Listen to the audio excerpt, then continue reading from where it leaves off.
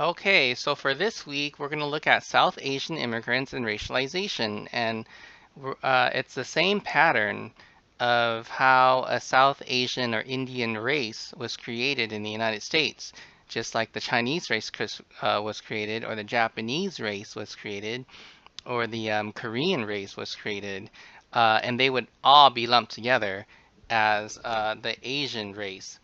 Um, Now, South Asians refer to immigrants from the subcontinent India, right? So that's South Asia. And we're going to look at three legal cases, the Balsala case, the Mazumdar case, as well as the Thin case, in terms of how they were politically racialized and dissect them in terms of how it was being, how Asian Indians were being defined. So the racialization of South Asian immigrants from India is a telling case study in the social construction of race. In two cases, the 1910 Balsara and the 1913 Mazumdar cases, South Asian immigrants were able to become naturalized citizens because they were classified as quote unquote Caucasian. And they were classified quote unquote Caucasian because they were understood to be Aryan. So this goes back to like a really long history of India. So we go back for like 5 to 6,000 years ago.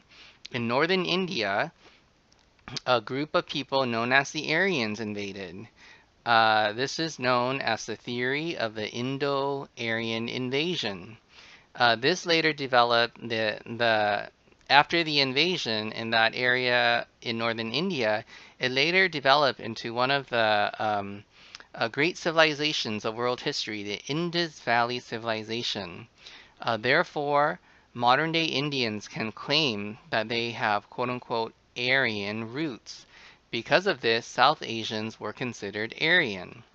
Now, with the Indus Valley Civilization, that's also the root, the origins of a lot of what we know about India today. For example, Hinduism and the Dharmic religion, Sanskrit, and many of the Hindu gods have origins with the Indus Valley Civilization. So, so two cases determine that South Asians are Aryan and therefore are Caucasian and can become naturalized citizens.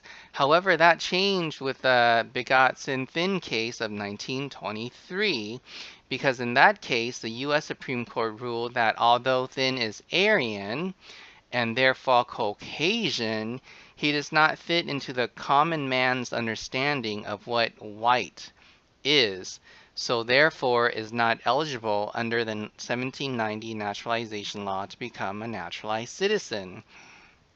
So you see that the US court just redefined what it means to be Caucasian.